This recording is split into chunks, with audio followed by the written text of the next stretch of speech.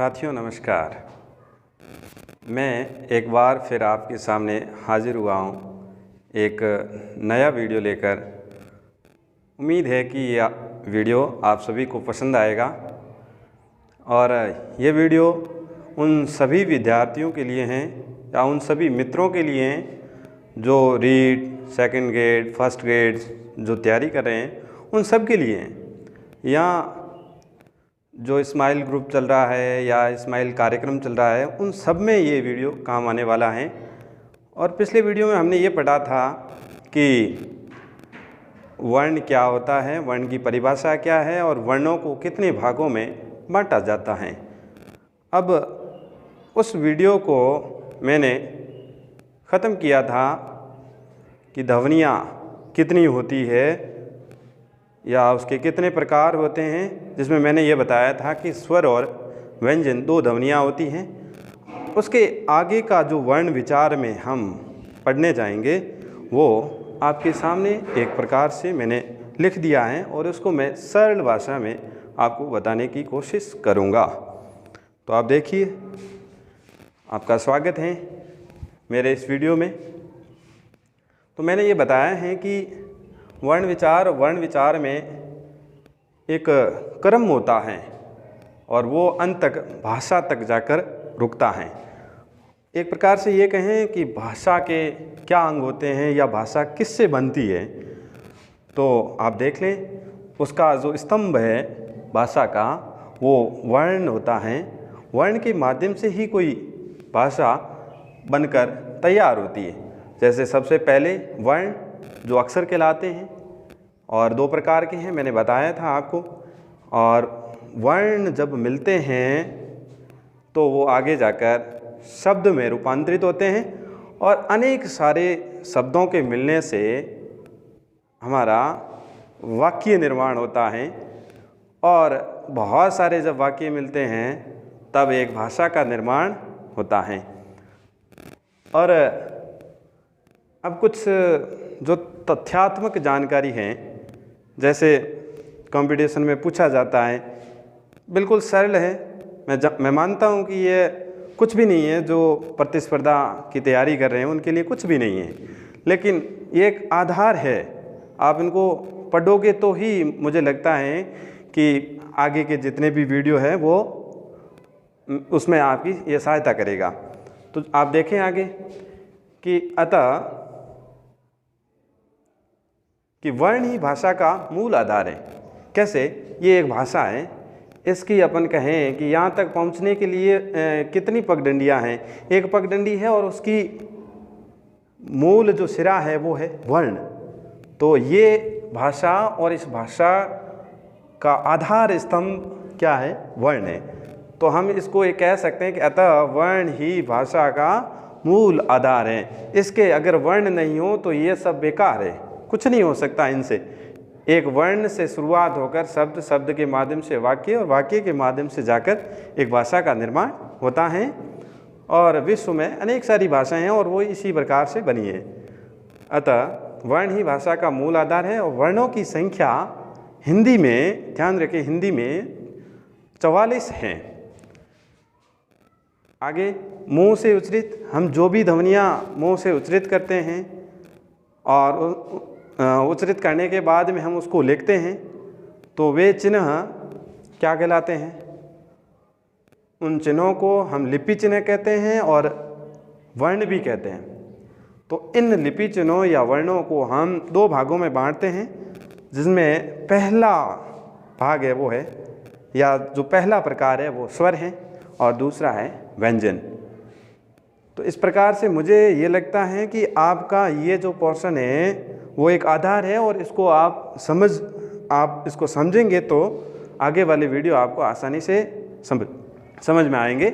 और मैं आपको पूरे वादे के साथ कहता हूँ कि आपका जो वर्ण विचार जो टॉपिक चल रहा है, आप मेरे साथ जब जुड़े रहेंगे तो आपका एक प्रश्न भी गलत हो जाए तो आप मुझे वापस कमेंट बॉक्स में ये कहना कि सर आपने जो पढ़ाया उसमें हमारे गलत हो गया या फिर हम उसको कर नहीं पाए या सही नहीं समझाया गया, ठीक है ना।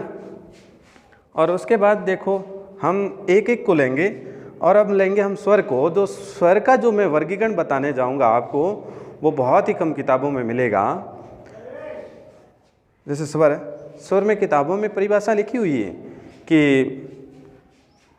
कि इसका मतलब अपन किसी दूसरे का कोई मेल नहीं करते हैं या इसका उच्चारण करते हैं। जैसे मैंने इसको क्या है कंपटीशन के अनुसार एक परिभाषा दे दी कि स्वतंत्र उच्चारण। अगर वो कभी भी ऑप्शन में दे दें तो वो हो सकता है इतना छोटा ऑप्शन दे सकता है। कैसे कि स्वतंत्र उच्चारण। अब इसका मतलब क्या होता है?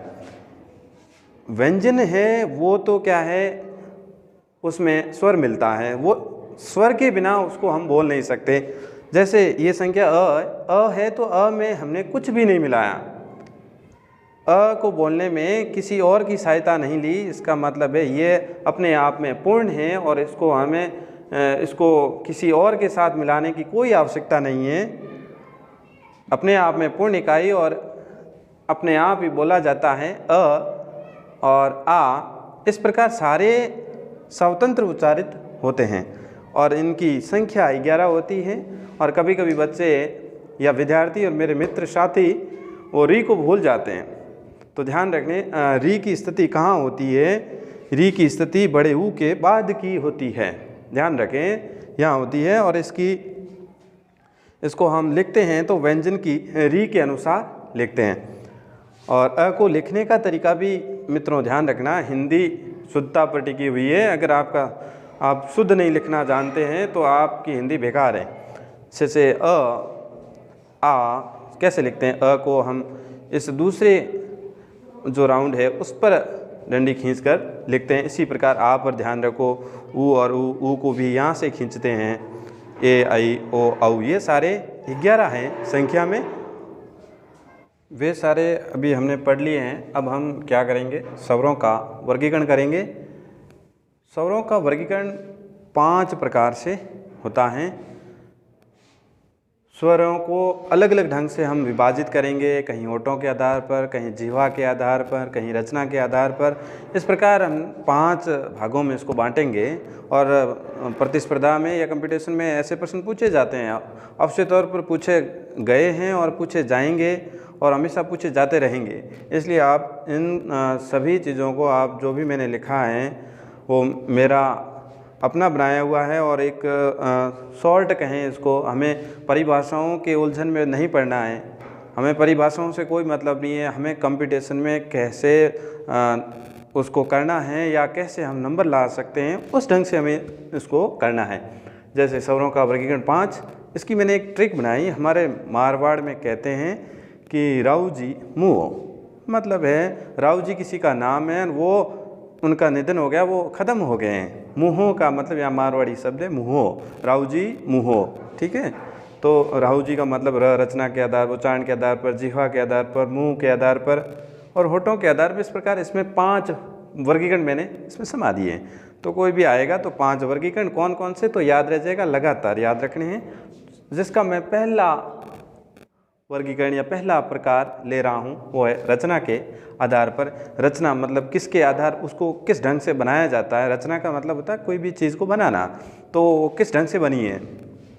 तो रचना के आधार पर हम लेंगे तो इसका पहला भेद होगा है वो है मूल स्वर, जिसको हम रूढ़ स्वर भी कह सकते हैं। ध्यान रखना, कभी कभी मूल स्वर की जगह रूढ़ शब्द भी आ सकता है।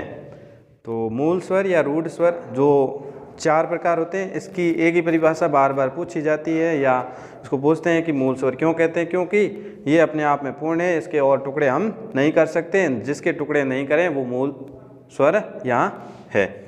ठीक है, और इसके 4 कौन कौन से? अ, ई, उ और री, ये मूल स्वर है। ठीक है, ध्यान रखें, मूल स्वर अ, ई, उ और री। री हिंदी में लघु ही होती है, इसका कोई दीर्घ रूप नहीं होता है, इसलिए आप अपने नोट्स में लिख दें कि री दीर्घ स्वर नहीं होता है। संस्कृत में जरूर री होता है। और यौगिक, अब दूसरा रचना के आधार पर यौगिक दूसरा है। यौगिक का मतलब है कि दोनों से मिलकर बनना। अब दोनों में कैसे मिलेगा वो देखो, यौगिक 7 होते हैं। जैसे एक दीर्घ में क्या होता है कि समान स्वरों का, सजातीय स्वरों का मेल होता है। सजातीय कैसे? जैसे अ और अ दोनों सजाती हैं, एक ही जाति के हैं, तो अ और अ जब मिलेगा तो वो आ बनेगा। तो आ देखो दीर्घ में अ का दीर्घ क्या है, आ है, तो समान स्वरों का योग मैंने लिख दिया। अ का अ से जब मिलन होगा, जब वो मिलेगा तो एक या कहें लघु और लघु जब मिलेंगे तब वो क्या हो जाएगा, आ हो जाएगा। और ई भी इसी प्रकार, ई और ई मिलेगी तब बड़ी ई बन जाएगी दीर्घ।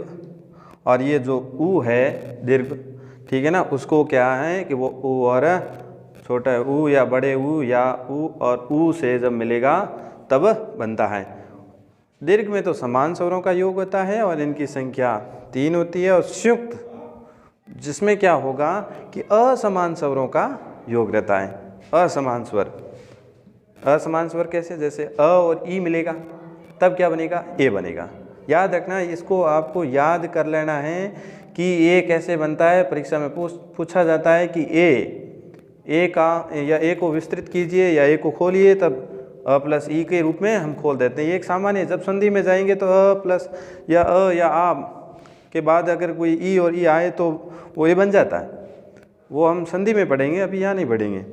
एक सामान्य तौर पर देखें तो अ और ई का जब मिलन होता है तब वो ए बनता है। इसी प्रकार ऐ है तो अ प्लस ए को मिलाएं तो ऐ बनता है, और ओ है वो अ प्लस ऊ को मिलाएंगे तब ओ बनेगा, और औ है वो है अ प्लस ओ को मिलाने से औ बन जाता है। ये छोटी सी जानकारी है। और अगला वीडियो में अभी बाद में बनाऊंगा, लगभग 2-4 दिन के बाद में, या यूँ कहें कि अगले गुरुवार को बना देंगे। जब भी आएगा तो आप मेरे चैनल को सब्सक्राइब करके रखें और घंटी का जो बटन है वो दबा के रखें, जिससे नोटिफिकेशन आपको आसानी से प्राप्त हो सकें। इसलिए इस वीडियो में इतना ही। आपका बहुत बहुत धन्यवाद।